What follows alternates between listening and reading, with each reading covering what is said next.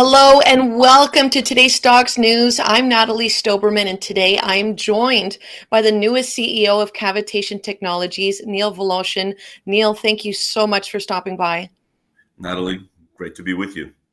Fabulous. So, Neil, I would love to get to know more about you and Cavitation Technology. So, please introduce the company to me and you as you're in the new role in CEO. Sure.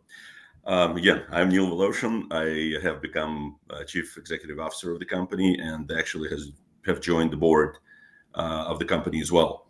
We are a technology company located in Southern California. We've been in operations for about 14 years. I've been the company's Chief Operating Officer and the Chief Financial Officer, and kind of like perhaps I moved up slightly up the ladder, but like I said, I've been in the company for about 12 years now. So this is something kind of like business as usual for me, just move on. It's just slightly different role. The company were listed in OTCQB under the symbol CVAT. Again, we're a fully reporting company, and like I said, we're a small technology company. And the new role, the way I see it, we have, probably at least half a dozen new applications that I'd like to, really move forward and advance them. But then, again, we can discuss the business and any questions you have. Sure, go ahead.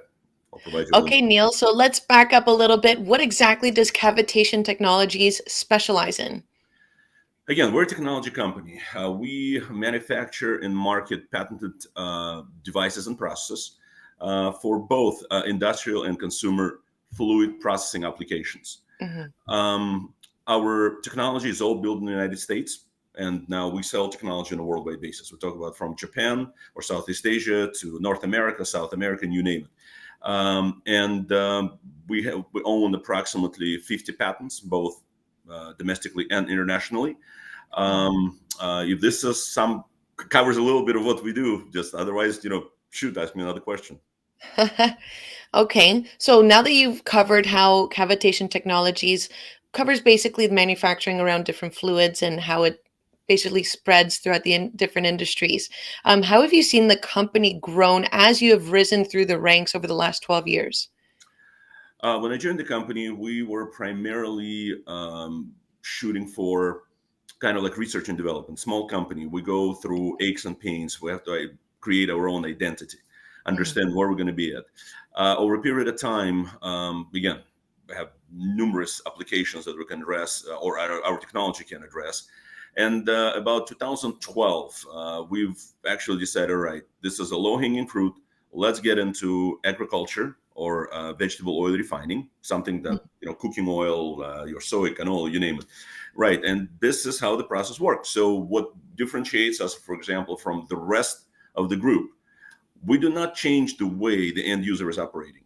What we're doing is our technology, compact, easily to be installed, Mhm. it is integrated into existing process and makes this particular process by far more efficient. We eliminate usage of chemicals substantially, so we become very green process.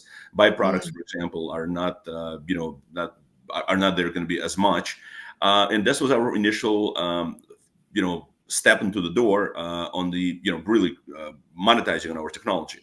Over the last 5-6 years, we've addressed, for example, water treatment side, alcoholic beverages, biofuels, renewable fuels, and so on. There's probably another half a dozen applications that we're in development stage through. But this is in essence what the company is, and this is what we're doing. Right. And this essentially sums up the unique patented technology that Cavitation Technologies has. That is correct. In order to understand really what we do, I mean, I deal with this every day, but anytime I'm presenting or I'm being asked just casually and say, so what does it do? Mhm. Conceptually, if you can understand our technology, pipe. Inside the pipe, we have various configurations. No moving parts. Mhm. All static pressure. So the fluid is entering the chamber of the reactor at one end and exits from the other end. Typical pressure between 1100 psi to as low as 150 psi. So what happens inside? Inside the reactor, we create an enormous pressure and energy that the fluid or molecular structure in fluids is broken into nano or microbubbles or nanoparticles. So the typical reaction that takes place, for example, to achieve a certain chemical process may take a minute, an hour, a day, a year. We do it instantly as a flow through process. So that's all it does. So in other words, we accelerate the chemical process of whatever treated fluid had to be treated just in seconds. And again, the fluid itself, because again, we break a physical structure of the fluid. Again, we don't need to use or consume as much chemicals, for example. And this is what makes us a green process that, in some instances, usage of chemicals is entirely eliminated. So conceptually, this is what technology does, and this is what we do. And how does this apply to, let's say, the manufactured water industry or portion of the company? For example, treating produced water. For example, we do have operations in Permian Basin. I don't know if you've ever seen, but in fracking, when the water comes out in those pools, it's just this black gooey stuff. I mean, smell of sulfur, you name it. So by introducing our technology, we can actually treat that water without usage of chemicals, believe it or not. Once the water is passed through our reactors and other components of process, which are a conventional process, from water that you cannot see through, it looks like gooey black stuff, comes out as crystal clear. You can see right through it. So we'll eliminate quite a bit of bacteria because, again, as I discussed with you, it's creation of a lot of pressure. We make a process, again, by far cleaner, if there's such a word, such a word in fracking, by far more clean process than the conventional process. And obviously, cost of operation is substantially reduced. So economically, we can actually be sustainable in terms of making money. And on the other hand, we can be green, because typically we discuss the fact that, well, green technologies, well, are you sustainable? Can you generate enough income so you don't need to get subsidies, for example? We can do it through our technology. So how does it feel for you, even though you've been with the company for 12 years, but how does it feel for you now that you're the CEO, essentially one of the leaders of a company that is so focused and has really implemented a green and sustainable an environmentally sustainable strategy? Well, I always look at it this way. We can have a great technology, the greatest technology in the world. It's all about people. So my objective today is to bring enough talent introduced to the company that the company can evolve and we can move to the next step. This is one of the key components that we do. Second one is obviously execution. It's paramountly important for a small company to really execute on goals and objectives that we set. It's very difficult. I mean, because we microcaps, we live in an entirely different world than larger companies do. Again, it's budgets, it's human resources, anything how utilized. So for us conceptually, many of us who work in number of us who work in the company, we have to wear different hats depending on where and how we do it. And again, execution is paramountly important for us. So how do those different hats come together in your vision for the short term of this company now that you are the CEO? Execution. I mean, for example, on water treatment side, this is where again, I expect to bring additional talent.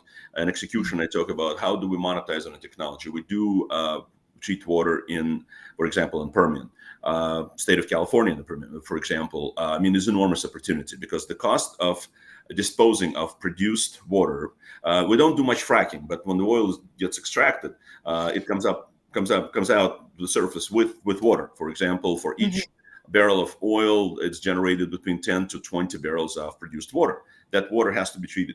The state of California is an enormous drought right now, and it's just one of the elements. Can we provide the efficient way of treating the produced water, for example, in the oil and gas industry, execute, monetize, and build much stronger enterprise? For example, these are one of the tasks I'm entrusted to do at the stage. It's just one example. Right. And what else are you looking to execute within the next quarter, Neil?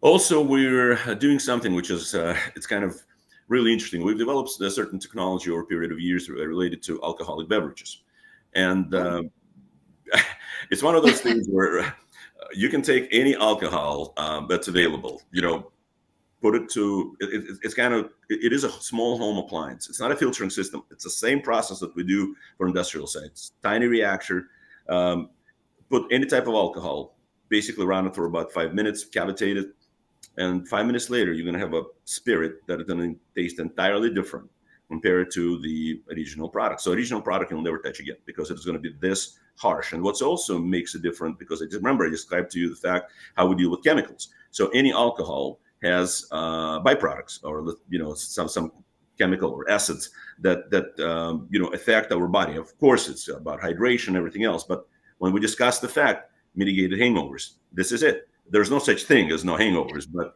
mitigated hangovers. This is the consumer product that is being introduced already, and I anticipate with the next 6 to 12 months for sure, alcoholic beverage business is going to really mushroom, and we are going to see results of our work for the last several years.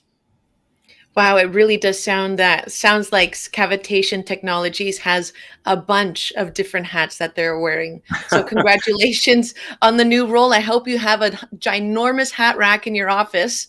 And we look forward to chatting with you again soon, Neil. Natalie, thanks, and thanks for having me. Of course, anytime. And take care and best of luck in the next quarter. Greatly appreciated. Great.